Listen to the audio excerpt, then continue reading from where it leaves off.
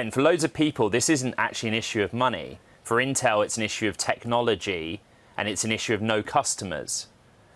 How did you react to Bloomberg's reporting in the last 24 hours? Yeah, I mean, I think we've been looking at this from some sort of a leaning in this direction for some time. I mean, obviously, when Trump came up and said what he said about Lit-Bhutan, we felt that this was in light of wanting to do, or at least have a broader conversation that had not had happened prior. If he's noted, like Intel was not involved in a lot of the sort of public displays of America First, even though everybody knows they're America First. And obviously his comments on earnings about they may not go forward with 14A without help, I think was very telling. And I think all of that led to this moment, which is, from a national security standpoint, and really anybody in security and knowing what's going on in chips in the U.S. should believe we want a U.S. company to make leading edge chips here in the United States, and that's Intel. So we want to see some resolution. Right. It's 100% clear, like you said, they need customers, and we need to figure out how to get some form of capital so they can keep going. Over the course of 5 days, Intel's up 27%. If it closes at those levels, it will be the biggest weekly gain on record on a closing basis, which, yeah. Is Lit-Bhutan the man for this, Ben? Yeah, I mean, I think his approach is fairly pragmatic, right? It's not just about build and invest, it's build the right technology, but do so in a capital way that makes sense. I think that's really what the board wants. That's what investors wants. And I think really the strategy is, again, how much money do they actually need? I do think the tens of billions of dollars is right in terms of to get to 14A on top of what Intel will bring in customers. But the bottom line is, right, they can't do this on their own. That's what they're saying, whether it's customers or whether it's the government, there needs to be an infusion of capital that's not just Intel to make sure that Foundry is secured for the long haul. Ben, there is this chicken and the egg situation because Lit-Bhutan's saying, I'm not going to build it and wait for them to come.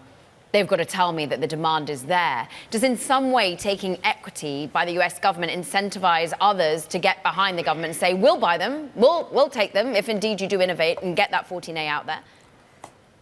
I mean, I think it's got to be more than just the government stake. I mean, I think what everybody's been speculating is, would that come along with some form of a tariff or something that strongly incentivizes companies like NVIDIA, Apple, AMD, Qualcomm, et cetera, to not use TSMC, but then use some capacity of Intel, probably not 100%, but some of it. So I think it would necessitate that. Again, I think we want Intel to win on the merit of technology, which we think is very good on paper, but they just need to get some customer wins. And I think once that happens, the confidence, continues. But again, they're at a need for capital. And so how that arises is sort of the root of this situation. Ben, that's interesting that you say the tariff tactic, because we've heard on Air Force One from President Trump today that maybe it goes as far as 200, 300% tariffs on semiconductors. But then there's all these carve-outs, particularly for companies investing in the US, like TSMC, like Samsung, Intel's biggest competitors. Yeah, and I think the difference, though, is that Intel is more at the leading edge. So TSMC is not going to bring, and the Taiwanese government has been very clear, they're not going to allow them to bring the leading edge, so call it 2 nanometer, 1 nanometer, and beyond. Samsung's equally struggling to hit that number, even though they're trying. Intel's really the best bet. And more importantly, Intel is an American company. And so that's why I say, if this is some investment of private equity plus government, it makes sense that they want to protect that investment, so they will do what they need, right, in terms of tariffs or some other form of regulations that just encourage customers to use Intel. But again, I still think it's better if Intel just wins on technological merit, which we think they have. But we need a bridge, we need a gap, and that's kind of where everybody's struggling to figure out where that comes from. Ben, Intel will not comment on Bloomberg's reporting. The White House hasn't said anything to confirm the reporting. But the chances you assign to this deal happening?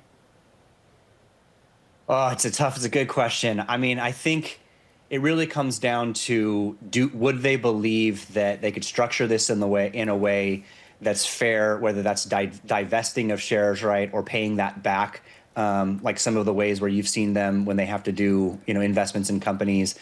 So it's not just a constant holding. I think anytime the government gets involved, it's very, very tricky.